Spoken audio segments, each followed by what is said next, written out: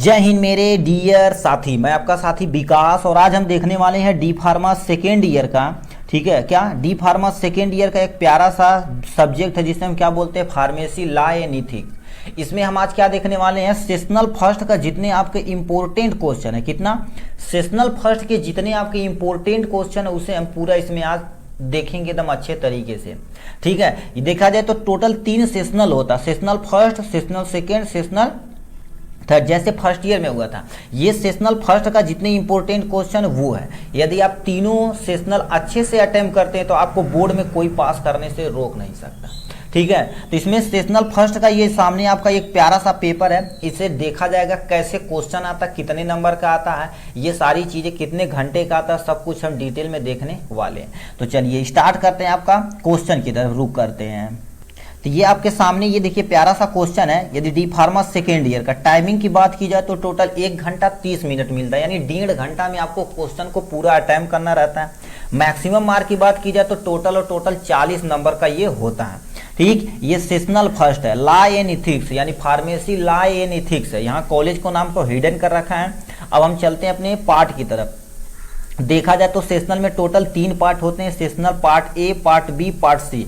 Part A जो होता है टोटल 15 नंबर का होता है, पार्ट बी जो होता है वो भी कितने नंबर का होता है, 15 नंबर, और पार्ट सी जो होता है टोटल 10 नंबर का होता है। पार्ट ए जो होता है उसमें से 4 क्वेश्चन दिए रहते हैं, किसी 3 क्वेश्चन को आपको अटेम्प्ट करना रहता है। कितने टोटल 4 क्वेश्चन दिए रहते हैं, टोटल आपको 3 क्वेश्चन अटेम्प्ट करना, हर एक क्वेश्चन 5 नंबर का रहता है।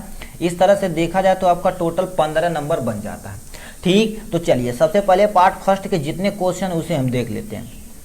लिखा है right the constitution and function of pharmacy counselling of India, यानी पीसीआई के बारे में आपको डिटेल में लिखना है, उसका काम क्या है, इसका कॉन्स्टिट्यूशन क्या है, ये सारी चीजें आपको डिटेल में लिखना, 5 नंबर का है। ठीक, नेक्स्ट क्वेश्चन की तरफ आते हैं। Right note on drugs technical advisory board, जिसे हम DTAB बोलते हैं। ठीक है, ड्रग्स टेक्निकल एडवाइजरी बोर्ड बोलते हैं। ठीक, इसके बारे में आपको डिटेल में लिखना पड़ेगा। ठीक है, इसका जो सोल्यूशन आएगा उसे आप जरूर से जरूर देखिएगा मेरे भाई, जिससे आपका कॉन्सेप्ट ज़्यादा से ज़्यादा क्लियर होगा। यदि आपके स्कूल में सेशनल होने वाला तो आप कमेंट बॉक्स में जरूर लिखिएगा कि सर ये हमारे सेशनल होने वाला है, और यदि इंपॉर्टेंट क्वेश्चन पता चला तो कोई बात नहीं, उसे भी बोलेंगे, उसका भी आपको सोल्यूशन दे दिया जाएगा। मतलब DTAB के बारे में आपको डिटेल में लिखना है। लिखा रहा है क्या लास्ट में, डिफाइंड ड्रग्स इंस्पेक्टर, यानी इंस्पेक्टर क्या होते हैं, जो दवा की चेकिंग करने आते हैं। And right duty in power of the drugs inspector, मतलब उनकी ड्यूटी क्या होती है, उनकी पावर क्या होती है, इसे आपको डिटेल में बताना पड़ेगा। नेक्स्ट क्वेश्चन की तरफ आते हैं। Discuss and administration body of drug in cosmetic act 1940, मतलब क्या होगा, 1940 का एक एक्ट है, कॉस्मेटिक एक्ट है, मतलब एक्ट होता है, इसमें याद करना पड़ेगा आपको एक्ट सन कब दिया गया था, कब कैसे क्या हुआ, इसे आपको बता देंगे तो टोटल आपका 5 नंबर बन जाएगा। मतलब 4 क्वेश्चन यहाँ से दिया गया है, किसी 3 क्वेश्चन को आप अटेम्प्ट करेंगे तो अपना काम बन जाएगा। ठीक है, नेक्स्ट क्वेश्चन की तरफ रुक करते हैं। पार्ट बी, पार्ट बी में टोटल 6 क्वेश्चन रहता है, केवल आपको किसमें कितना करना रहता है, 5 क्वेश्चन अटेम्प्ट करेंगे, 5 या 15 नंबर आपका बन जाएगा। इसमें सबसे पहला क्वेश्चन आपके सामने देखिए क्या दिया हुआ है, लिखा give the recommendation of the drugs inquiry committee, मतलब क्या होता है, एक कमेटी होती है जो ड्रग्स की इंक्वायरी करती है, उसके रिकमेंडेशन के बारे में आपको बताना पड़ेगा पूरा डिटेल में।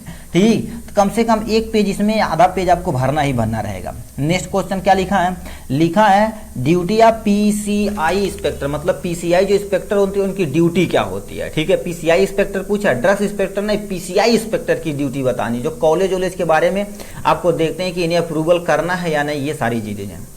ठीक, नेक्स्ट क्वेश्चन क्या पूछा है, right note on the education regulation, मतलब एजुकेशन रेगुलेशन के बारे में आपको लिखना पड़ेगा। ठीक है, इस पे नोट दिया गया। ठीक, और क्या दिया गया तुमसे, नेक्स्ट क्वेश्चन की तरफ रुक करते हैं। स्टेट फार्मेसी काउंसलिंग, मतलब स्टेट फार्मेसी काउंसलिंग क्या होती है, इसके बारे में आपको बताना पड़ेगा।